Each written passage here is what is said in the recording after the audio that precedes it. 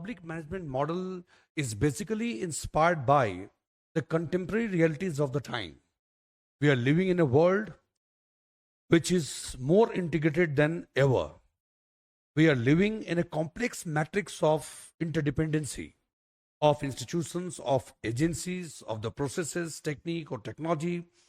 We are living in a vast, very complex matrix of interdependency which pervade different dimensions of life, your social, economic, political, cultural life. We affect and we get affected. And one of the few principles, one of the few principles which enjoys universal acceptance or relevance is the principle of integral existence. That on the face of it, things may appear to have a distinct identity of their own, having their own significance, relevance, but relevance of every single thing depends on its interdependency with several other things. So there is one concept of integral existence which bind us together. You talk about institutions, you talk about agencies or tools or technology or social system, economic system, political system, cultural system. We affect or we get affected. Sometimes this interdependency may be clearly visible, or sometimes it may not be visible. Sometimes it will be more prolific, or it may be less prolific, or something like this. But there is no denying the fact that we are living in a complex matrix of interdependency in different aspects of life. More particularly, if you see the developments in the last few decades, or against the backdrop of what we say, liberalization, privatization, globalization, all those things. So it is again this backdrop that you need to understand public administration and governance. So public administration, public management, for that matter, governance too, has become very much complex in contemporary times, thanks to the factors like industrialization or urbanization, which has been in progress for a long period of time.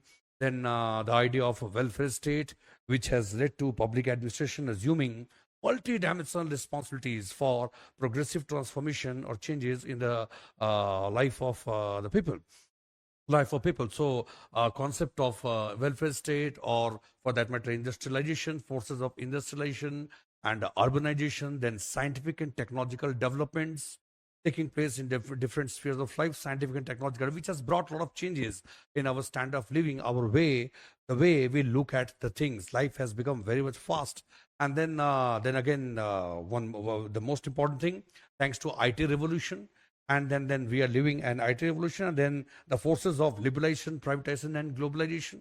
Because so we are living in a world where our decisions affect others, and we get affected by the decisions of others. So that's why we're saying that we are living in a matrix of vast, complex matrix of interdependency. So therefore, public administration governance too has become very much challenging. The subject matter of governance, you talk about education, you talk about public health, you talk about agriculture or irrigation or industry, whatever things, or infrastructural developments.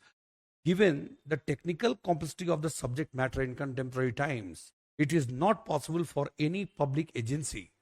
It is not possible for any public agency to frame policies and to implement the policies in isolation from other agencies. No institution and no agency working in any field of activity, no institution and agency can accommodate within itself the capacity, competence, the power, all those things, so as to remain totally self-dependent, having nothing to do with others. No, you need collaborative action.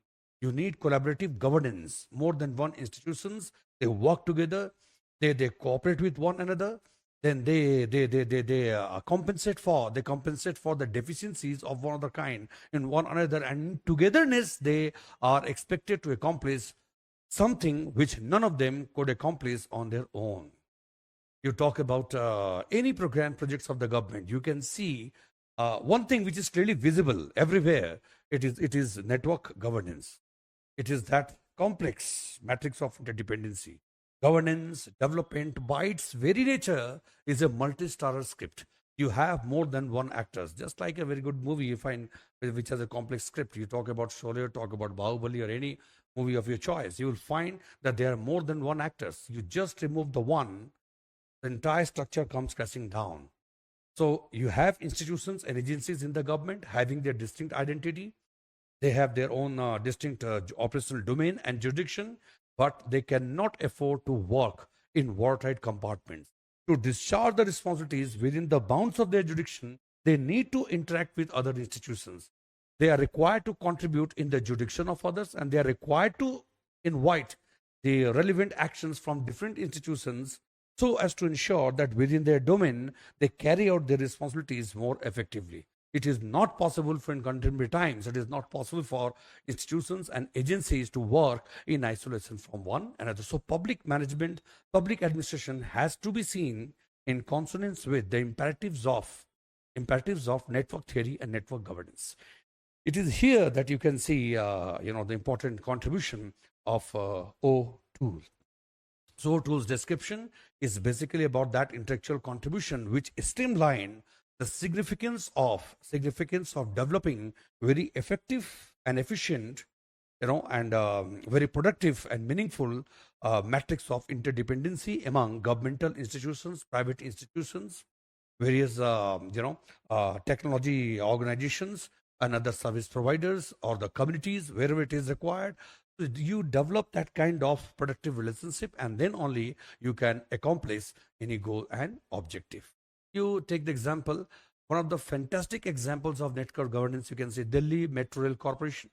So Delhi Metro Rail Corporation, where the government of India, then the government of National Capital Territory of Delhi, then various technology companies and other service providers, all of them put together, they they contribute, they carry out different kinds of actions. So they have made this project successful.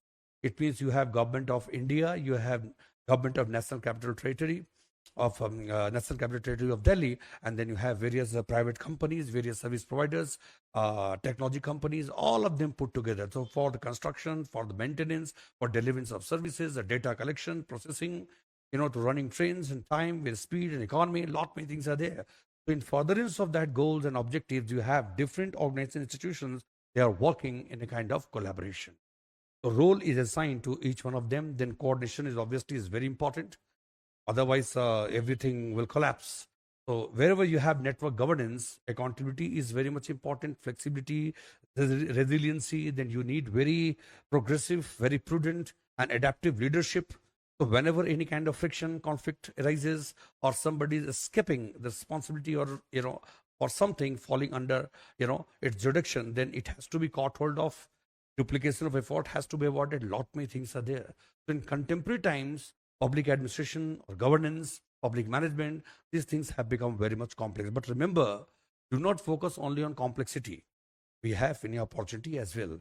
So information technology, and with all the advent of artificial intelligence, many modern tools, techniques, statistical tool techniques, methods, process, we are much better placed compared to earlier period. We are much better placed to make an assessment of the situation, to make anticipation of the things, to control and regulate the things, thanks to that a significant development which have taken place in the field of technology. So on the one hand, you have various challenges, but on the other hand, you have opportunities. So network governance and public management. Network governance, public management put together has delivered in most of the countries a very good model of governance.